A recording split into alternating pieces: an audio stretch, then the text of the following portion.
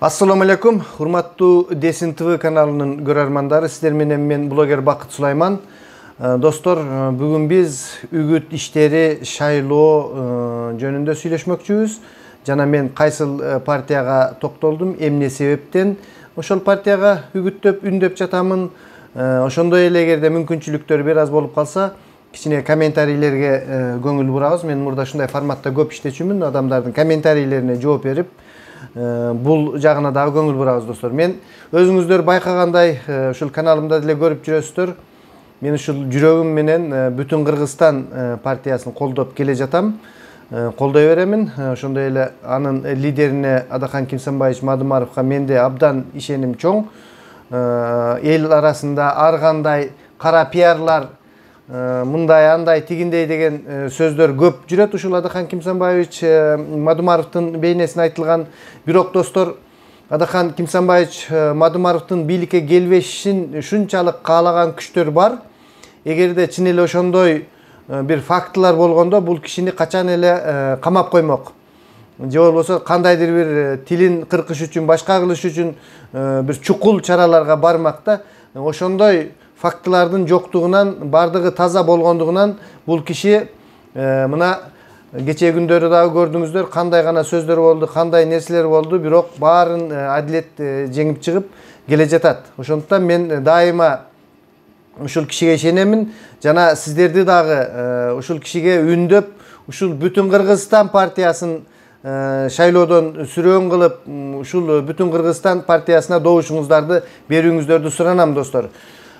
Бул партияда өзүңүздөр билесиздер, темир генералдар ушул арстандай болуп эки жагында турушат.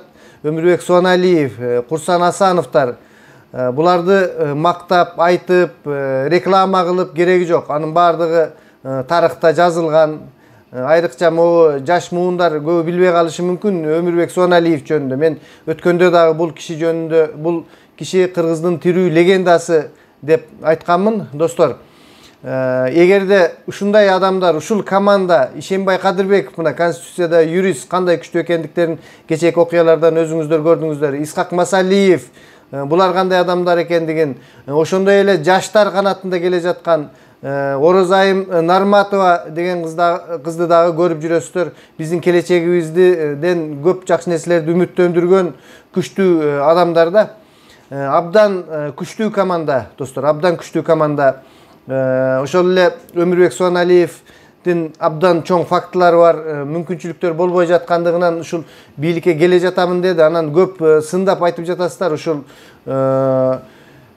коопсуздук кеңешинде орун басар болуп туруп, эмне себептен иштерди жасабады, эмне себептен жасабай, эмне себептен болбой жаткандыктарын ал киши өзү жакшы түшүндүрүп берди. Бул кишинин иштеп жүргөндүктөрүн, кандай нерселерди көргөзгөндүктөрүн тарых тактайт. Мына өткөндө ар кандай партиялар эч бир президентти сактап кала алган эмес. Ушул СДПК Атамбаевди сактап кала албады, Ак жол Бакиевди сактап кала албады, Алга Кыргызстан Акаевди сактап кала албады деген сөздөрдөн кийин ошого ынангандай эле президент деле ушул Суаналиевдин сөзүн сүйлөдү ушундай партиялар жөнүндө. Демек бул дагы бир көрөгөчтүк, күчтүү стратег экендигин айтып турат достор. Бул сөздөрдү биринчи Өмүрбек Суаналиевдин ошол съездин алдындагы жолугушуулардан уксаңыздар керек. Андан кийин ушундай эле маанидеги сөздү президент айтты. Демек туура чечим ушул партиялар жөнүндө айтканда. Дагы бир партиялар жөнүндө айтсак, мына чыныгы партиялар жана жасалма акчанын күчү менен, бийликтин күчү менен болгон партиялар жөнүндө айта кетели. Мисалы үчүн ушул бүтүн Кыргызстан чоң казатына жаңы чыгып келе жаткан, ошол эле мен кечээ жардам бербей мындай поддержка кылбады деп айтып жаткан Ата Мекен партиясы, мекенчилдер, булар чыныгы партиялар, ушулардын тарапташтары эл ичинде бар да. Ал эми калган партиялардыкы мен ачык эле айтып коеюн, капа болушпасын, калган партиялардын атын атабай эле коелу. Бардыгы ушул жогоркуда айтылган партиялардан башкасынын бардыгы бийликтин күчү менен, акчанын күчү менен, кандайдыр бир нерселердин, кызыкчылыктардын күчү менен чогулган партиялар достор. Ошондуктан калган партияларга добуш бербей эле коюңуздар. Ушул берсеңиздер, менин ушул выборым, мен тандап алган ушул бүтүн Кыргызстан партиясына биринчи орунду коёмун. Andan keyin ушул калган партияларды Чоң Азат, Ата Мекен, Мекенчилдер ушул партияларга гана реформа кандайдыр бир деңгээлде келе жатышат. Булар жаңы партия ишеничке кире элек, бирок ошентсе дагы булардан дагы үмүт чоң. Ушул партияларга гана добушуңуздарды бериңиздер достор. Калган партияларды айтып жатышат. Бүт эле акчаны таратып, административдик ресурстарды пайдаланып, бийликтин күчү менен бизге добушуңарды бергиле деп айтып жаткандыктарын көрүп жатасыздар. Бир гана ушул таза келе жаткан саясатчы деп мен Адахан Кимсанбаевич Мадумаровду билем. Мунун командасында, булар командасында чынында бир ушул командасындагы адамдын артынан кыпындай нерсени таба албайсыңар. Ар кандай ушак сөздөр жүрөт, бирок анын бардыгынын мындай далили жок сөздөр, далили жок ушактар, кара пиарлар. Айрыкча Адахан Кимсанбаевич Мадумаровдун үстүнөн азыр күчтүү кара пиарщиктер иштеп жатышат. Абдан күчтүү кара пиарщиктер иштеп жатышат. Ушунчалык адамдардын көңүлүн иренжиткен нерселерди чыгарып, чындыкка жатпаган нерселерди социалдык сеттерден кетирип жатышат да достор. Ошондуктан азыр мындай сергек ойлонуп, келечекке баа берип, bir 5000 4000 сомуна 1000 сомуна алданбай достор, мына чыныгы bir ушул партия үчүн күйгөн адамдар кече көрдүңүздөр, элдин маанайы кандай, ушул партияны кандай колдошот, эч кандай bir акчасы жок чыгышты. Өткөндөгү бүтүн кечирип коесуздар, Кыргызстан партиясынын жашыл футболка кийген адамдары чыккандагы менен бул азыркы чыккан адамдардын айырмасын көрдүңүздөр достор. Ошол мен тандаган партия ушул бүтүн Кыргызстан болду. Өзүңүздөр деле байкасаңыздар керек. Буга чейин деле айтып жүргөм. Мен тандаган лидерлер ошол жогоруда айтып кеткен лидерлер: Адахан Кимсанбаевич Мадумаров, Өмүрбек Субаналиев, Курсан Асанов, Исхак Масалиев, Ишенбай Кадырбеков, ошол эле Орозайым Нарматова жана башка ушул бүтүн Кыргызстан партиясында келе жаткан достор. Мен көбүн билбейм, андан кийинкилердин эми фамилиясын, списогун жазып отурган жокмун, тизмесин. Ошол иши кылып, ушул адамдарга мен аябай сыйлаймын, барктаймын. Булар Кыргызстандын тарыхын жаратып келишкен, дагы ийгиликтерге жетишет. Буларга мүмкүнчүлүктөрдү көп берилген эмес. Ушул бир акыркы мүмкүнчүлүк болуп калышы мүмкүн. Ушул нерсени туура пайдаланып, жаңы тарыхты ушул адамдар менен жараталы достор. Анан азыр мен эми бир аз ушул силерге убада бергендей комментарийлерге бир аз көңүл буруп кетейин достор. Анда эмесе мындай адамдардын ичинде бир пикир болуп калышы мүмкүн да, комментарийлерди жаза беребиз, сиз кайрылбайт экенсиз деген дагы өткөндө бир жазышыптыр пикирди. Эми мен колуман келишинче комментарийлерге кайрылууга аракеттенем. Мындай уят сөздөр менен жазылган комментарийлер болсо такыр эле өчүрүп коем. Такыр эле бир каршы көз караштарыбыз туура келбеген болсо мен блоктоп коем. Көптөгөн адамдарды блоктоп койгом мен. Ошол эле адамдар башка каналдарда деле ошондой сөздөрдү айтат экен. Эмесе кеттик достор. Так, биринчи 17 секунд болуптур.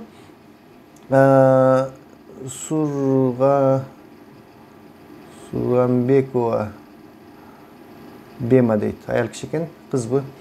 Чет мамлекетте билимдүү жигитти айтып жатасыз, бирок Чыңгыз Айтматов дагы жаңылган. Кыргыздын бир билимдүү жигити бар экен Ленинградта. Байкагылачы деп. Аялына алы жетпеген Сайпана Акаевди алып келди эле. Өзүң көрдүң, 30 жылдан бери кийинки президенттер ошонун жолу менен келе жатат. Мамлекетти сазга батырды, кызматка коердо жакшы талдаш керек. Туура достор. Биз мындай бир түшүнүк бар да, ошол кезде мен 90-жылдары абдан жакшы билем. Ушул кантип Акаев келип калгандыгын, биздин кандай үмүтүбүз болгондугун. Акаев биринчи жакшы иштеген достор. Ушул СНГ мамлекеттеринин ичинде биринчи жолу бизде өзүбүздүн улуттук валютабыз болду. Ошол киши айтып жүрөт, ушул көз карандысыздык күнүн кабыл алганбыз деп. Иши кылып тарыхта абдан жакшы, биз абдан сыймыктанчубуз да бул киши. Ушул Акаев биздин президентибиз деп ушунчалык сыймыктанып болгондо, анан ошентип ал киши сурогу боло берди, конституцияны өзгөртүп, бияка такыр бийликти бергиси келбей койду да, акыры тажата баштады адамдарды.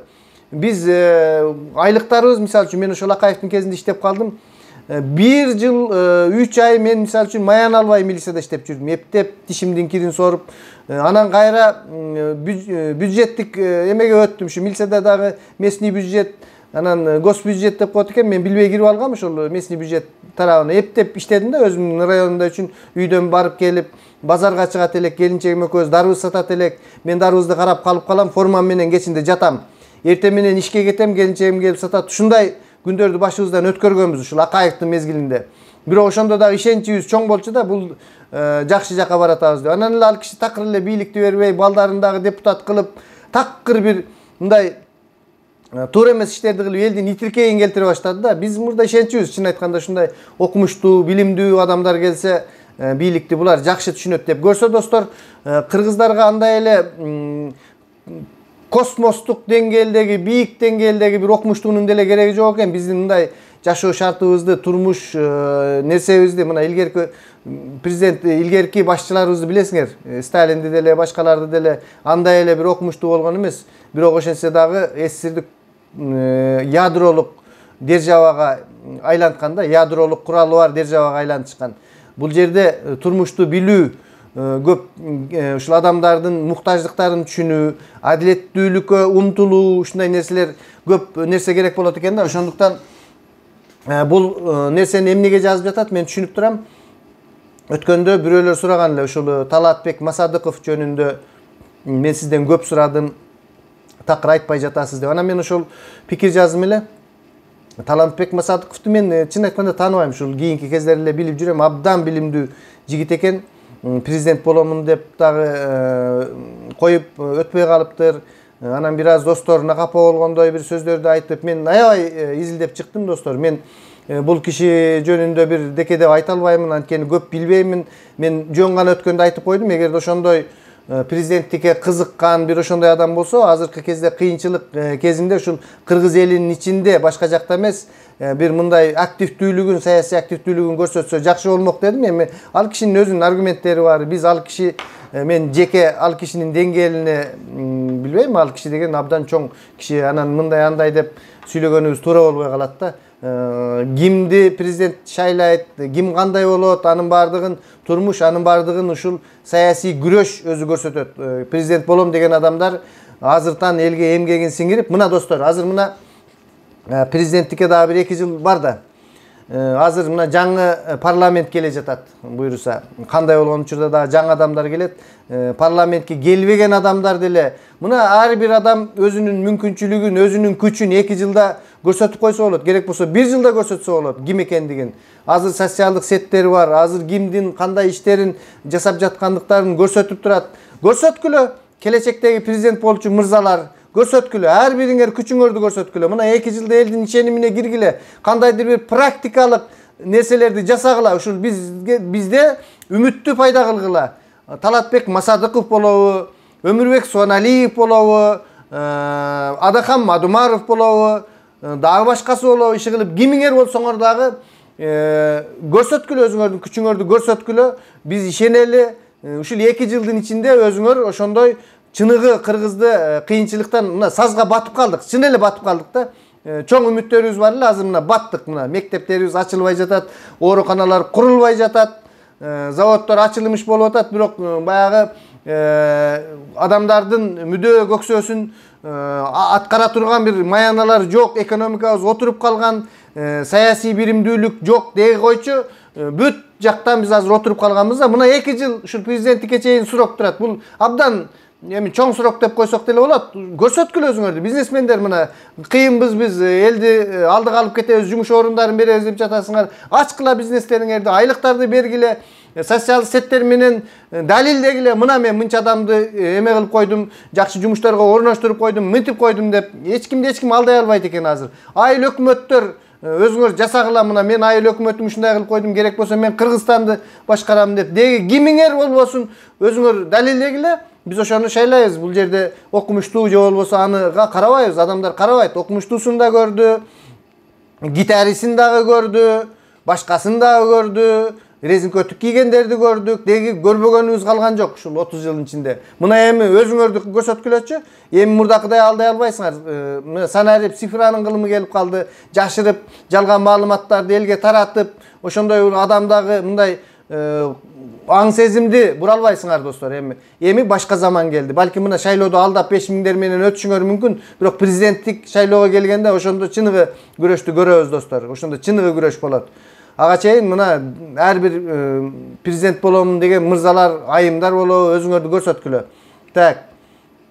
Андан кийин ден соолук боюнча, паллиатив боюнча мага суроо болгон экен. Эми достор, азыр ден соолук боюнча паллиатив ушул больницага доктурга көрүнгүлө.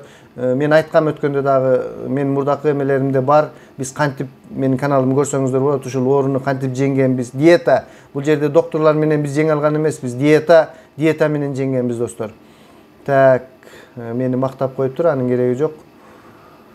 Телефон номеримди сураптыр. Ассаламу алейкум, таксыр номер бериңизчи, сүйлөшө турган и чечилбеген сөздөр бар. И деп коюптур, эми жана деген го. Достор, Алинур Гаваров деген жигит экен. Менин номерим +7 904 638 7056 ушул WhatsApp +7 904 638 7056. Эгерде кандайдыр бир маалыматтар болсо чалсаңыздар болот достор, ушул WhatsApp аркылуу. Андан кийин мен кече ушул Санкт-Петербург шаарында бир күчтүү блогер жигит бар. Facebook'tan абдан көп чыгып, мындай курс сөздөрдү айтып, чындыкты айтып келе жатат. Бул жигит мен жакшы тааныйм, Жалал Абадтык өзүмдүн жерде шинилерим болот. Анан дагы мындай трайбалист экен, анан Жалал Абадтыкты айтып жатат дебегиле. Муну көпчүлүк эле билет. Мен айтсам айтпасам деле кеңири белгилүү блогер. Бул Илгиз Турдукулов деген жигит. Мен ошол кече Илгиздин бир кайрылуусун бул жигит өтө каттуу айтты деп чыгардым эле. Ошого абдан көп пикирлер болуптур. Туура айтасың, жаштар дешет, жаштар деле ошол эле кара көр. Кошоматчынын баласы кошоматчы эле болот экен. Көрүп билип эле жатпайбызбы? Каргадан карга туулат, кыраандан кыран туулат. 40 жыл ийилип өскөн тал 1 жылда түзөлбөйт. Алма сабагынан алыс түшпөйт деген макал бар. Жаштар бийликке келери менен эле коррупциялык иштерине тез эле аралашып, өлүп атышпайбы акмактар? Сапар Исаков эмне болду дейт. Достор, эми абдан туура. Бирок ошентсе дагы биз мындай жаштарга көбүрөөк көңүл бурушубуз керек. Жаштарга анткени жаштарды биз чыгарбай жатабыз, сүйлөтпөй, трибунаны бербей жатабыз да. Чоң адамдар ээлеп алыпчы. Ошондуктан эми жаштардын өзүнөн дагы бул нерсе мындай байланыштуу болот, өздөрүнүн аракетине дагы. Анан эле бизге бийлик бербеди, анан мынтти деп сындап мамлекет отура берсе болбойт да. Жаштар дагы аракеттениш керек. Мына биз мисалы үчүн ушул жаш кезибизден эле өз киндигибизди өзүбүз кесип ушинтип келе жатабыз да. Мен мисалы үчүн эч кандай бир жардам деле болгон жок, ушинтип эле келе жатабыз. Жаштар абдан активдүү нерселерди көрсөтүш керек да. Мына мисалы үчүн мына Тилек Токтогазиев деген жаштар аябай эле көрсөттү го. Кечээки пандемия учурунда башка бир мындай элдерге жардам берип, ушундай активдүү өздөрүнүн позициясын саясий жактан мына келе жатышат. Чыңгыз Капаров сыяктуу дагы көп. Бактыбек Калмаматов мына кече сүйлөп чыкты. Ушундай жаштарыбыз көп да. Ушундай активдүү болушубуз керек. Анан кийин жанакы чоңдун баласы чоң болот, ошо депутаттын баласы депутат болот деген дагы абдан туура. Мындай карасаң айрыкча могу жогорку кеңешке болбосо дагы шаардык кеңештерде, Бишкекте, же болбосо бир райондордо ушундай баягы байдын балдар, анткени алар ошол атасынын авторитети менен база түзүп алышкан. Ушундай бир өздөрүнүн профессионалдык деңгээли начар болсо дагы бийликтин тегерегинде жүргөндөр абдан көп да. Анткени бул каражаты бар адамдар балдарын жакшы жактардан окутат, жакшы нерселерге жеткизет, мүмкүнчүлүктөрү көп да. Ал эми мындай карапайым адамдардын балдары бийликке келе албай жатышат. Мен өткөндө айтканмын, биздин мен мисалы КТК деген кыймыл ачканбыз да. Бул мына шайлоолордон өтсө биз баштайбыз. Карапайым эл тилектештик кыймылы деп. Мен ушундай эч кандай бир жардам ала албаган адамдарга бир атайын фонд түзүп, бир кеңештерди берип, ушундай жардамы жок, бирок мүмкүнчүлүктөрү көп билимдүү жигиттер бар да. Азыр мисалы үчүн мүмкүнчүлүктөрү көп балдар деле мындай билим жагынан, бирок финансы жагынан мүмкүнчүлүк жок болуп калып окуй албай кала жатышат да. Ошондой жигиттерге бир жардам иретинде fakты менен көрсөтөбүз. Мына бул студентке мындай жардам берип атабыз, мындай деп бир ушундай фонд түзүп, ушул кетики кыймылы, карапайым эл тилектештик кыймылы, жалаң гана ушундай мындай мүмкүнчүлүгү жок финансылык жактан жигиттерге бир кандайдыр бир жардамдарды уюштурууну уюштурсам деп ушундай жакшы тилектерим бар да, Кыргызстанга барып калсак бул нерсени сөзсүз кылабыз достор. Ал эми жанагындай атасы мындай эле, анан кийин баласы мындай болуп калды деген түзүлүк. Эми атасы үчүн баласы жооп бербеш керек да. Мисалы үчүн атасы башка адам, керек болсо адам мисалы өзгөрөт да. Мен деле көз карашым башка болчу. Мен эгерде мындан бир 2 жыл 3 жыл мурунку көз карашымды силерге айтканда, анда силер менин каналыман отписаться этип баарыңар чыгып кетмексиңер да. Менин деле көз карашым өзгөрөт. Баардык адамдар өзгөрөт, өзгөрүп турат. Анан бир эле линия менен кете бербейт да. Мына мисалы үчүн Улуу Октябрь социалисттик революциясында канча ак падышага кызмат кылган генералдар кийин кызыл ошол эле Рокоссовский, ошол эле башка генерал, адмирал жана маршалдар ушул коммунисттер партиясынын катарына өтүп, көз караштарын өзгөртүп, дүйнө жүзү Варшава келишими деп өзгөргөн да ушул Советтер Союзунун мезгилинде. Эмне себептен бир адам өзгөрбөшү мүмкүн? Өзгөрөт. Атасы баласы атасы үчүн же бир тууганы үчүн жооп бербеш керек. Ар ким өз көз карашы үчүн өз позициясы менен жооп бериш керек да. Сен атаң коррупционер болсо эле, сен балким сен эч кандай атаңа каршы болушуң мүмкүн да. Анан эле бул тигинин баласы, анан бул мындай деген билбейм. Мен ага каршымын достор. Адамдын ар бирине жеке баа берип, ошол кандайдыр бир мезгилде жасаган иштерине жараша анан биз баа беришибиз керек да. Менин айтайын дегеним ошол достор, жаштар боюнча. Жардам керек жаштарга, көңүл бурушубуз керек. Дагы деле ошол так Илгиз Турдукуловдун каналында комментарийлер экен. 100% кошулам. Кыргыз элине чындап күйгөн патриот азамат экенсиң. Туура. Бийликтеги кашоматчылардан уялбайсыңарбы, бети жоктор, элдин душманысыңар, эшектер өлүп эле калбайсыңарбы, саткындар. Омар Каямдын жакшы бир ыры бар. Миң түркүн ок атынан Бектимбайдын ширелүү өзүң тапкан арпананың ачка жүр, кешик ичип күн көргүчө, колунда бийлиги бар акмактардын дегендей чоңдордун жугундусун ичип өлүп эле кетсеңер экен жугундукор иттер дейт Кубаныч Эргешев 3 саат мурун айтыптыр.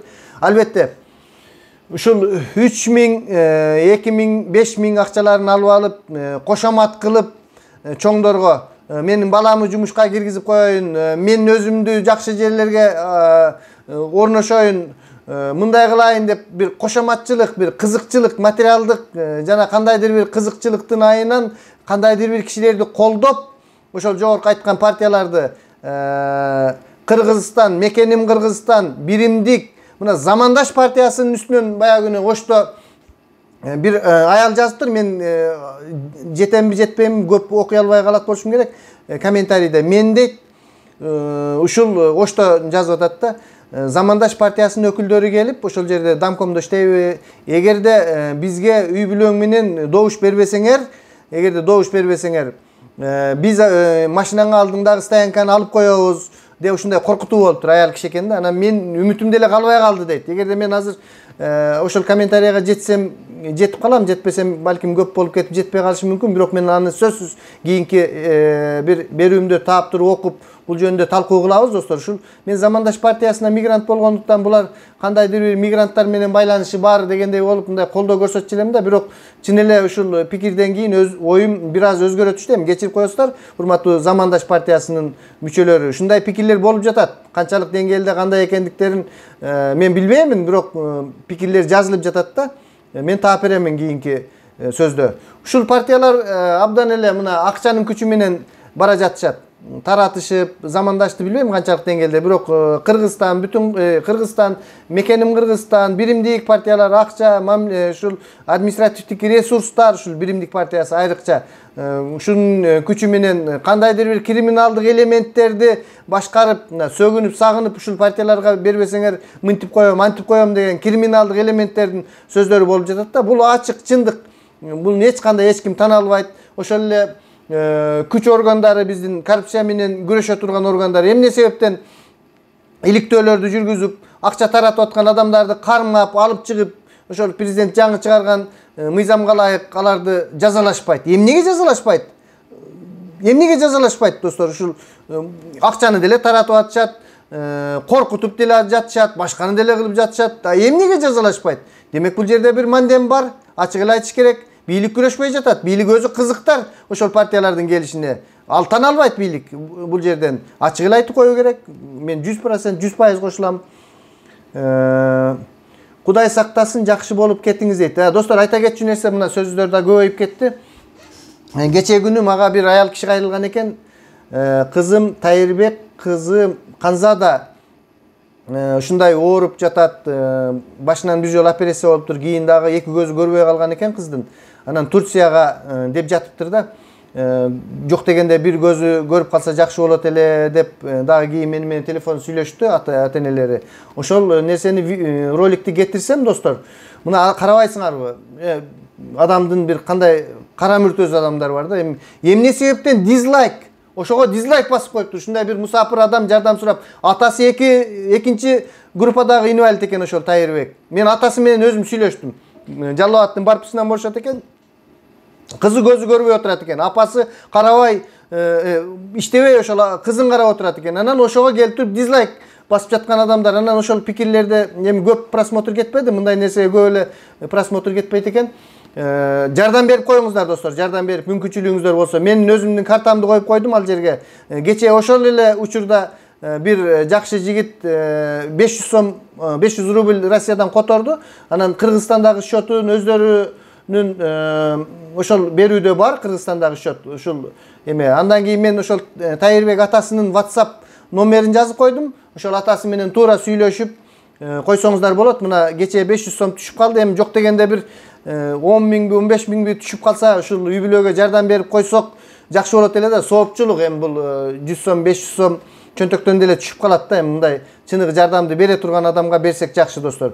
Ошентип ошол жөнүндө жазыптыр. Кудай сактасын, жакшы болуп кетиңиз деп ушул Аллахтан суранабыз. Ушул кызыбыз жакшы болуп кетсин, Турцияга барып келсин, көзү көрүп калсын.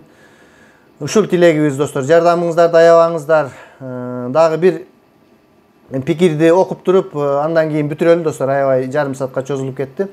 Так, Микки Бак деген бирөө жазыптыр. 4 катыны бар ажы чындыкты айтты. Бирок ажы чындыкты айткан ажынын заявления үчүн бул партияны шайлоодон заявлениясы үчүн бул партияны шайлоодон албаш керек. Албетте достор, кече күнү ушул Next TV каналында мындай Майдан деген берүү болуп, ошол жерде 3-4 белгилүү адамдар сүйлөштү. Мисалы үчүн Акылбек Сариев, мурдакы шайлоо комиссиясынын жетекчиси экен. Дагы бир-эки адамдар сүйлөп, Атыр Абдрахматова, Эмил Жураев, ушулар сүйлөштү да. Мындай бир пикир бар да достор. Бир адамдын кызыкчылыгы маанилүүбү же болбосо ошончолук 100 миңдеген адамдардыкы деп бир коомдо ушундай нерселерди кое билишибиз керек. Албетте бир адамды дагы биз мындай кызыкчылыгын коргошубуз керек. Бирок ошол жерде чындык барбы жокпу?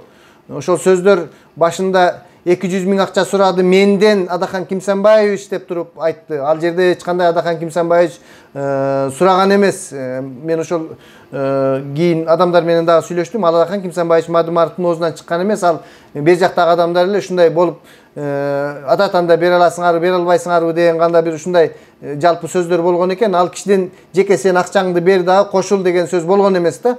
Анан ушундай сөз болду деп туруп ушундай сөздү айтыптыр. Эми бул нерсенин баардыгын биз талдап антип-мынтип өткөнгө кайрылуунун кажети деле жоктур.